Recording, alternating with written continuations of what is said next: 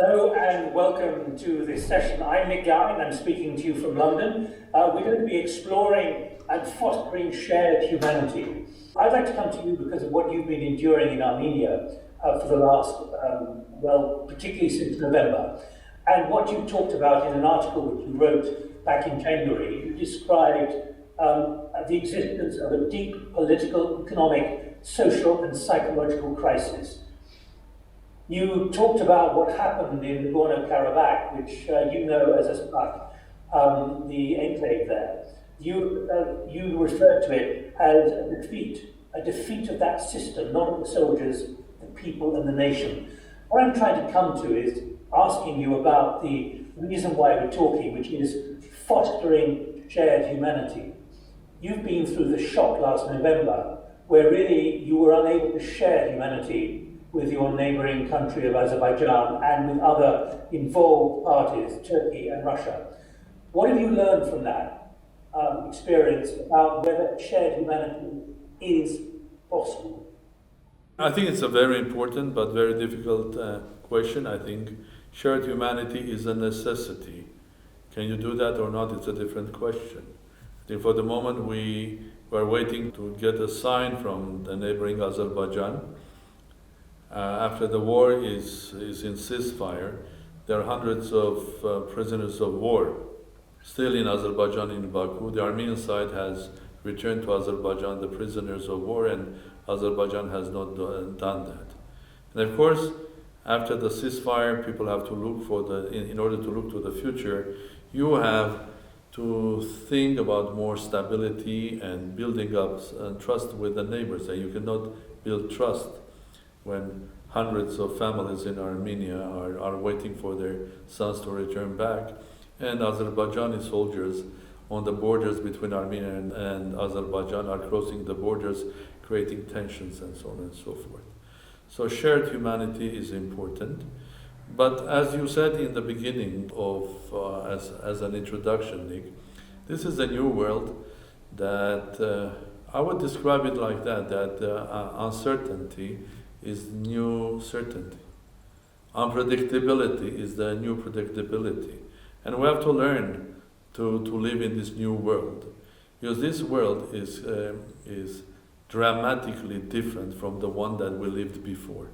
It's dramatically different because we are going through sort of a rapid revolution of technology that is having huge impact on the way we behave socially and politically, the way we exercise our rights of democracy and election. All of that has changed. Politicians have to report to those who have elected them daily through Facebook and other means. So the world has changed, and we have to recognize that the world has changed. And we are feeling uncertain that we're living in unsafe, unpredictable world because we don't understand this world, Nick. Because we're still in our minds thinking about this world, I would say classically. As a former physicist, I would compare this with, for example, what was happening more than 100 years ago in physics. All physicists worldwide were in panic because they couldn't understand what is happening, because the great classical physics fathered by Isaac Newton has been gone then, and there were events happening that they couldn't understand and explain. So this was a panic of uncertainty and unpredictability until geniuses like Albert Einstein, Paul Dirac, Heisenberg and others created the new physics, which was the physics of the big, which is the relativity, and the physics of small, which is the quantum physics. Armenia is not living on a different planet. We're a part of this world. So we are sharing, even our troubles are partially because we didn't realize the last 26 years.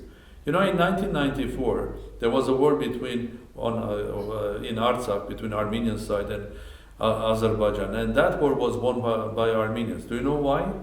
Because Armenians were ahead of Azeri side for a couple of years in organizing the army, technology, and so on. In this war, Armenian side was behind Azerbaijan 10 years ago. So the war was lost, not by the soldier, not by the nation, by drones, by electronics, by technology. So I think we are a part, and our victories and defeats are are partially related also to what has happened. Second, Azerbaijan and Armenia are two different countries. And in Armenia, we were trying to build a democratic state. But instead of having parliamentary republic, we created something which is super prime ministerial rule, when the prime minister has all of the rights, but no responsibility. Third, because of what we were trying to develop in Armenia, new technology, which is the Facebook, Twitter, etc., had massive impact on the brains of people. So, which is fine, you have communications, you exchange ideas when it is right. But when there is no truth, when it's fake, and then this society was heavily impacted by fake news and fake information as well. So when you look even at this tragic event, which is the war, the loss of lives, there is an impact of the changed world. As usually happens, if you have a vision, if you have a mission, if you understand what's going to happen in the future, then you get huge advantage. The moment we as humans will understand why on earth we're damaging the nature when we can be much more powerful or successful without doing that.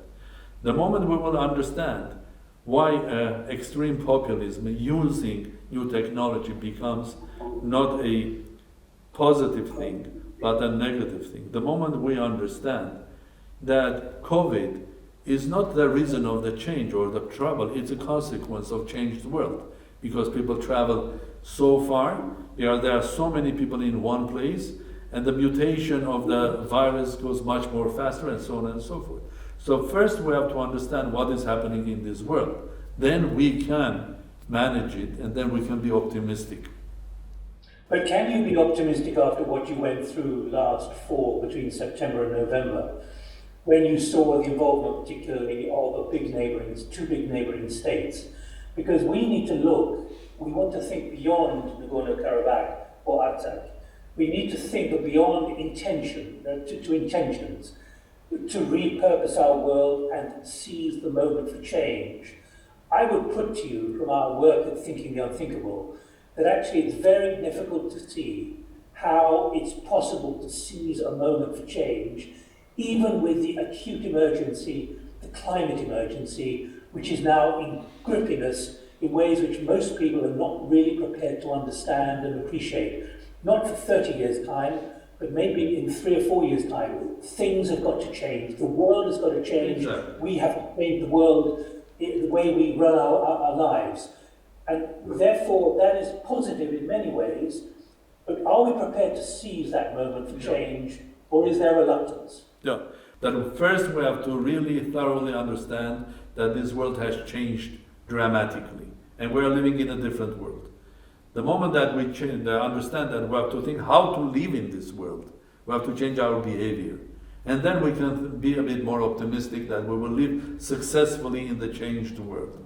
Now, if you take Armenia as a small example, I am not going to speak about climate change or the damage to the nature. It's not only climate change. We make huge damage to the nature, not to only climate, but to the nature as well.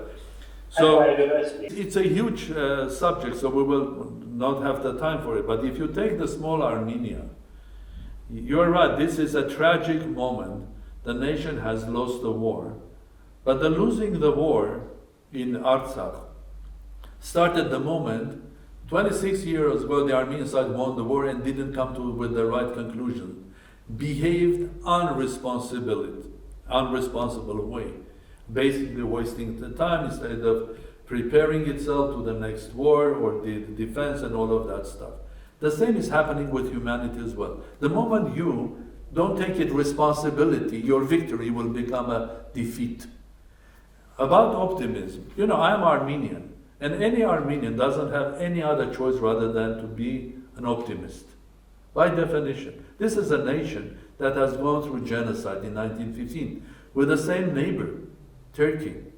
More than 100 years ago, 1.5 million Armenians perished. But the people were, it's not only about optimism, it is the skill of survival. The need to survive. And that is why we have restarted, we have now our independent states. We made a mistake, we had a dramatic defeat, we lost thousands of lives there. But there is no choice for any Armenian, even more for the president of Armenia, not to be optimistic.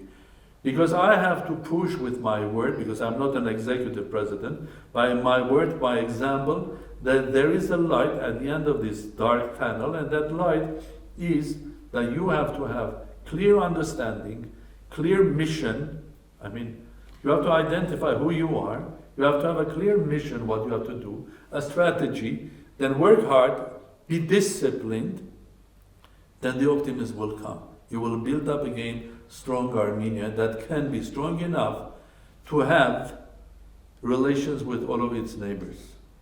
When you are also going through the business of surviving a war and building back afterwards, how do you change a population to think in a different way, realizing that the existential threat is less about what's happening across the border and in Artsakh and Nagorno-Karabakh? It's actually a survival, an existential issue here. So, Mr. President, what I'm trying to do is get you to think. You've always been a big thinker, as you mentioned with Newton and so on. Help me understand how you think that is possible to create a repurposing and seizing the moment. How do you change? Because that's going to be the expectation in Glasgow, assuming it takes place in November at COP26. Well, I agree with you. I think changing is going to be very, very difficult. And if you wait until the tragedy happens, as you mentioned, the tragedy with Artsakh, this war and all of that stuff, what you get after that is a deep depression of people.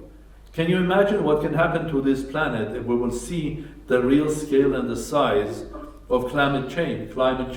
And this is going to come if we will not change our behavior. It's going to be so dramatic that for years we will be depressed, everybody. When you have this, a tragedy of this scale, the first thing happens, people get depressed.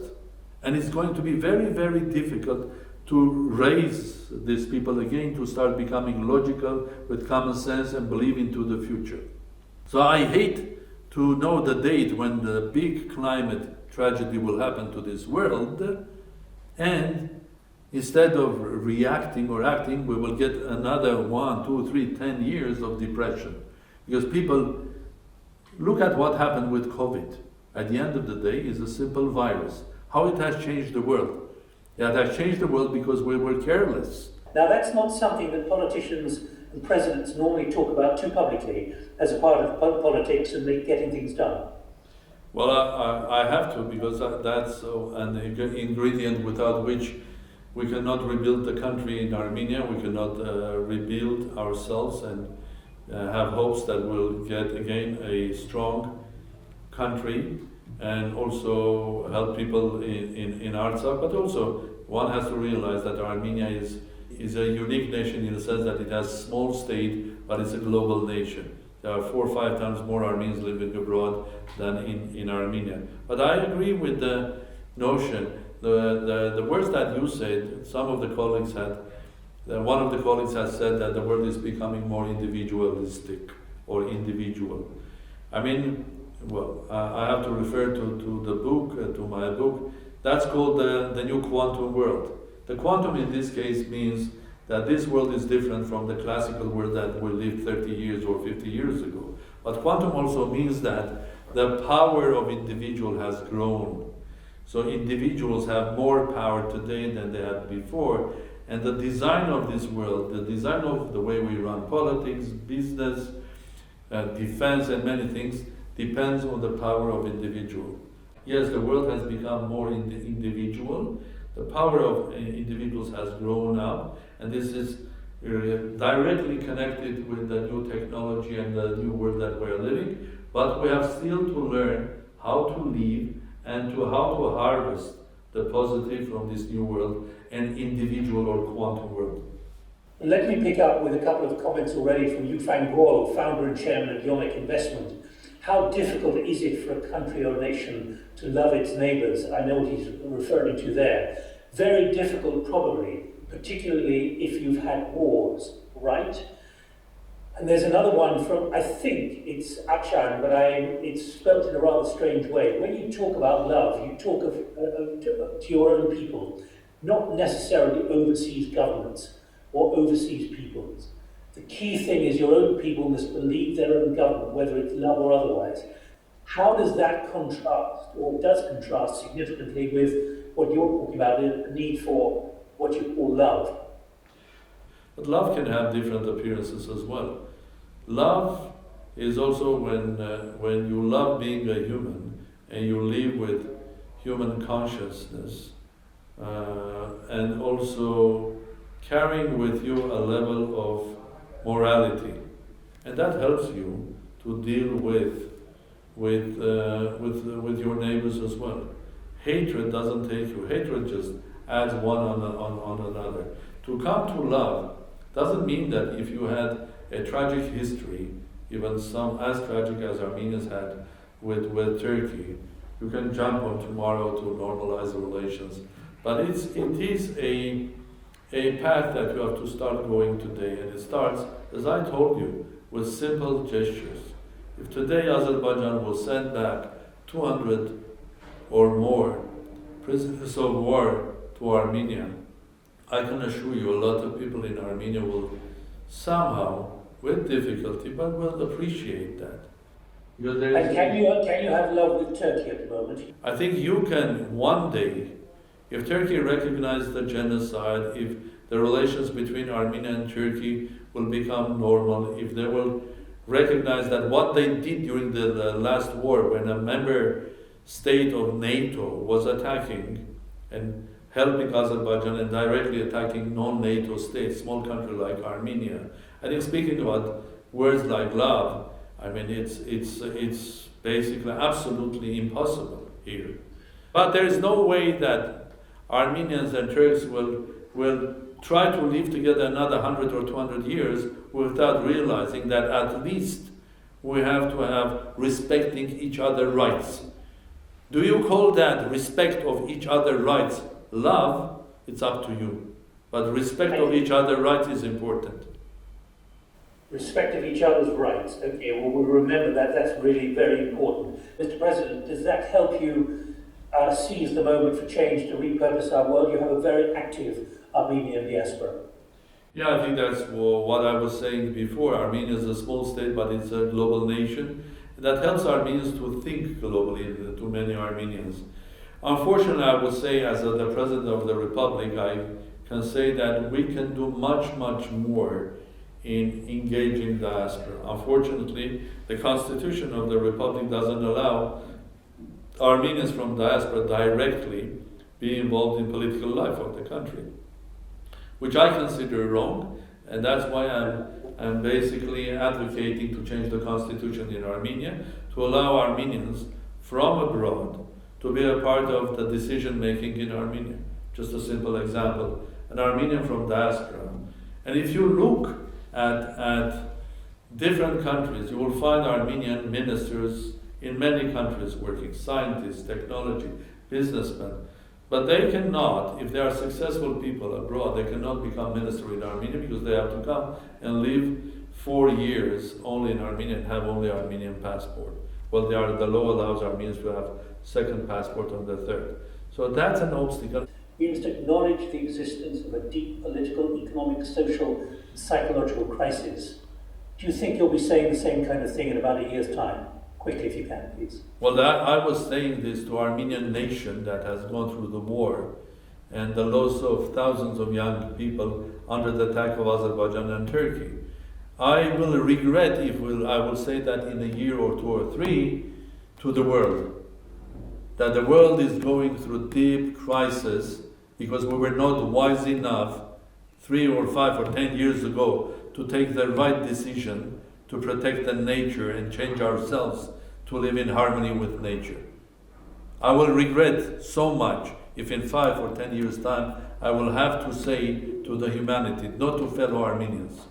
So I'm saying that we made mistakes. We could have avoided this war by making Armenia stronger and wiser and smarter. So to the world is, we still have the chance of making this world a safer place. And I will regret again, if I will be forced to say in 5 years' time that we are going through big crisis, because if we don't change it now, we'll be going through big crisis worldwide in nature, related with nature, in 5 years' time. Mr. President, thank you very much indeed. And if I can add a personal comment here, that's what our project on Thinking the Unthinkable is about.